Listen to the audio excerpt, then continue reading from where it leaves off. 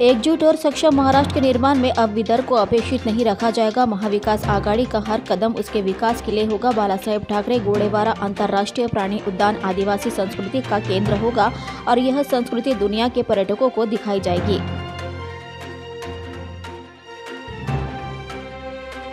नागपुर जिले के ग्रामीण भागों में पिछले कुछ दिनों से किसान उनके खेतों से अज्ञात चोरों द्वारा चावल चोरी होने की वारदातों से परेशान थे, जिसकी शिकायत किसानों ने पुलिस से की थी। इस शिकायत पर पुलिस ने जांच कर चावल चोरी के मामले में शामिल गिरोह का पर्दाफाश किया।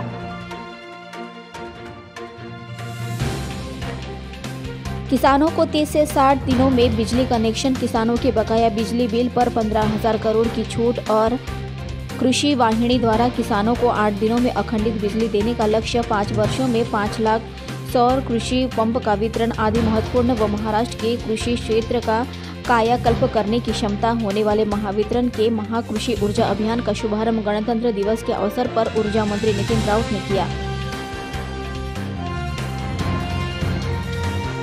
राष्ट्रसंत तुकडोजी महाराज नागपुर विश्वविद्यालय से संबद्ध कॉलेजों के पीजी पाठ्यक्रमों में सीटें फुल हो जाने के बाद भी अनेक विद्यार्थी प्रवेश से वंचित हैं। अब विद्यार्थी संगठनों ने विश्वविद्यालय प्रशासन से पीजी की 20% सीटें बढ़ाने की मांग की है।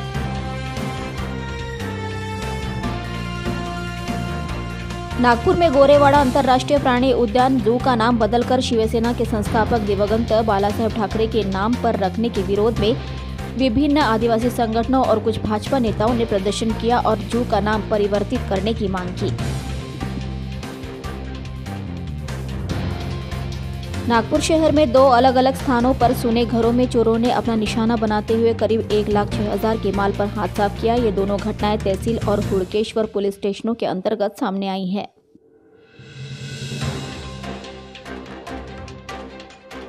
स्थायी समिति के पिछले सभापति बंटू कुकड़े के कार्यकाल में मोर भवन परिसर में एक इमारत का निर्माण करने की मनपा परिवहन विभाग की योजना थी, जिसमें डीम्स के कार्यकाल के साथ ही टिकट काउंटर आदि शुरू करने की योजना थी, लेकिन सभापति के बदलते ही उक्त अवधारणा ठंडे बस्ते में चली गई। बता दें कि अब वहां पर कंटेनर कार्यालय बनाने की योजना है। इसका प्रस्ताव तैयार कर खुद सभापति बाल्या बोरकर सभी संबंधित अधिकारियों के समक्ष हस्ताक्षर के लिए घूम रहे हैं। अगले साल देश का 75वां स्वतंत्रता दिवस मनाएगा। इस उपलक्ष्य में मनपा स्कूलों में शिक्षा ले रहे 75 विद्यार्थियों को जेईई नीट परीक्षा के लिए प्रशिक्षण देकर उनका उज्जवल भविष्य बनाने के लिए महाप्रकल्प तथा शौर्य पदक प्राप्त करने वाले जवानों के नाम 75 वंदे मातरम हेल्थ पोस्ट तैयार करने का संकटपुर के महापौर दयाशंकर तिवारी ने घोषित किया। नागपुर शहर में बिना मास्क के घूम रहे लोगों पर मनपा के एनडीएस दल की ओर से कार्रवाई जारी है। एनडीएस दल ने बिना मास्क घूम रहे 162 लोगों पर कार्रवाई करते हुए उनके पास से 81,000 रुपये जुर्माना वसूल किया। इस दौरान दल ने जुर्माना वसूल करने वालों को मास्क का वितरण भी किया।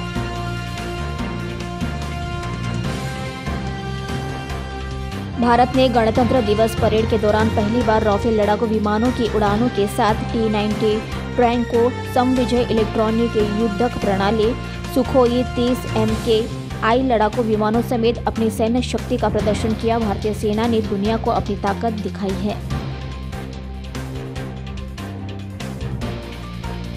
चंद्रपुर के कुब्बुस में प्रयास सभागृह में विधायक सुधीर मुनगंटीवार क्रीड़ा व सांस्कृतिक महोत्सव अंतर्गत 2 दिन का मकर संक्रांति उत्सव व सांस्कृतिक महिला सम्मेलन का आयोजन कार्यक्रम संपन्न हुआ।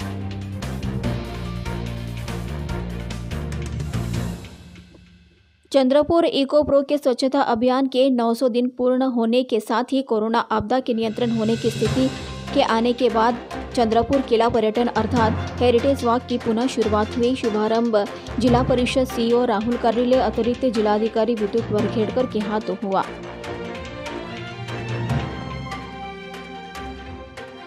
उप प्रादेशिक परिवहन कार्यालय की ओर से चिमूर, ब्रह्मपुरी और गढ़चांदुर आदि स्थानों पर लर्निंग लाइसेंस, स्थायी लाइसेंस, निजी वाहनों का पंजीयन आदि काम के लिए जनवरी महीने में 1 दिवसीय शिविर आयोजित किया जा रहा है।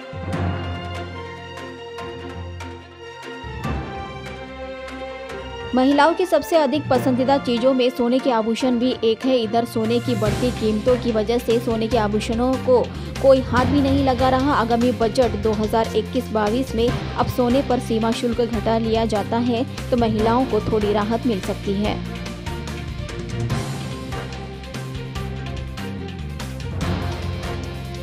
किसानों की ट्रैक्टर रैली के दौरान हुई हिंसा के बाद कंगना रनौत ने प्रियंका चोपड़ा और दिलजीत दोसांझ को निशाने पर लिया। उन्होंने अपनी सोशल मीडिया पर पोस्ट में लिखा, आज पूरी दुनिया हम पर हंस रही है, यही चाहिए था ना, तुम लोगों को मुबारक हो। दरअसल प्रियंका और दिलजीत शुरुआत से ही किसान आंदोलन को सही ठहरा रहे हैं।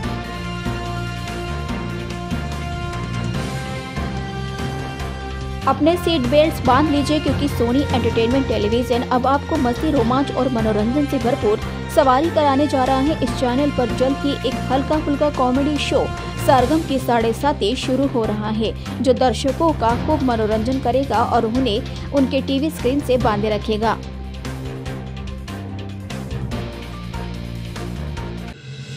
भारत के अनुभवी ऑफ स्पिनर रविचंद्रन अश्विन और विकेटकीपर बल्लेबाज ऋषभ पंत को अंतर्राष्ट्रीय क्रिकेट परिषद के महीने के सर्वश्रेष्ठ खिलाड़ी के पुरस्कार के लिए नामांकित किया गया है।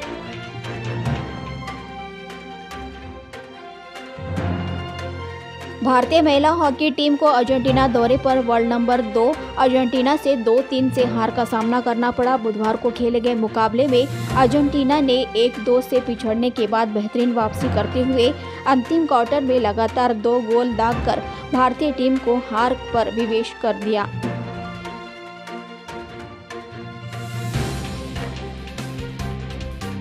विश्व चैंपियन पीवी सिंधु बुधवार को HSBC BWF विश्व टूर फाइनल्स के शुरुआती ग्रुप बी महिला सिंगल्स मैच में ताइवान की दुनिया की नंबर 1 शटलर ताई चू यिंग से हार गई।